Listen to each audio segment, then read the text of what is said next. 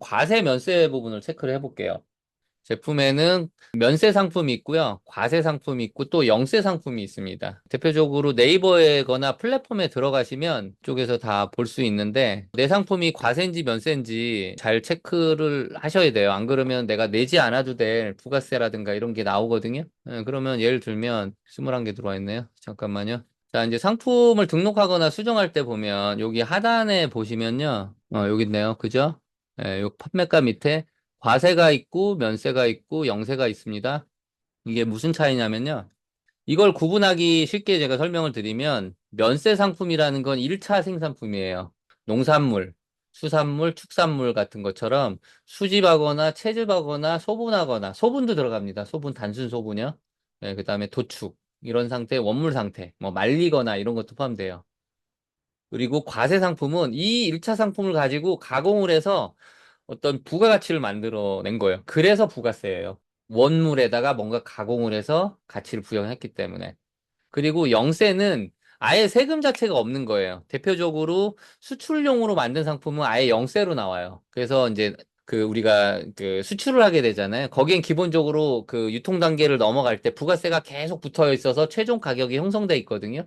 그래서 수출업자들은 내가 만약에 1억을 해외로 수출을 했다. 그러면 수출 자료를 증빙을 해서 우리 저희 국세청에 제출을 하잖아요. 그러면은 그 부가세를 환급을 받아요. 뭐 1억이면 1,000만 원 환급 받겠죠. 그죠? 그래서 무역을 할 때 그런 추가적인 보너스도 있습니다.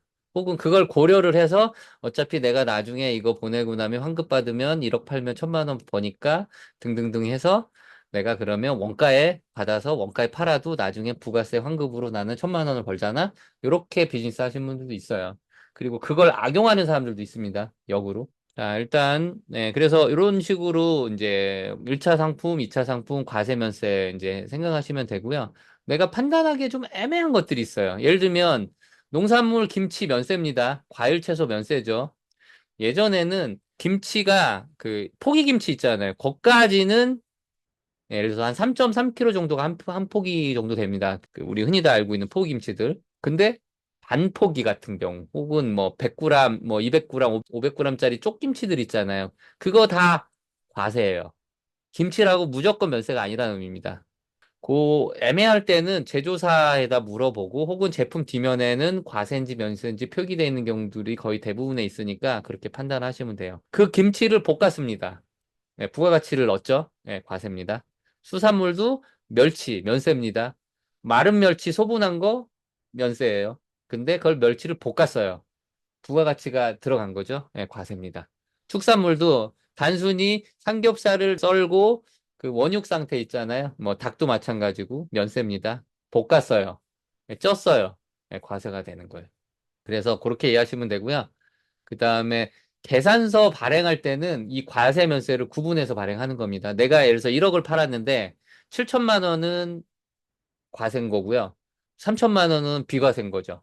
저 같은 경우가 대표적으로 그런 거죠. 김치 같은 경우 많이 파니까 김치 때문에 농산물, 축산물 이런 것들은 비과세 제품이 돼서 별도로 이제 하게 되고요. 예를 들면 뭐 여기 지금 이제 나중에 이제 국세청에서 이런 거 내라고 이게 연락 온단 말이에요. 사업자 일반은 6월 달하고 12월 달 1년에 두 번 합니다. 일반 사업자는. 간이 사업자는 12월에 한 번만 하면 되고 법인은 3, 6, 9, 12 이렇게 네 번 해야 돼요. 좀 귀찮죠.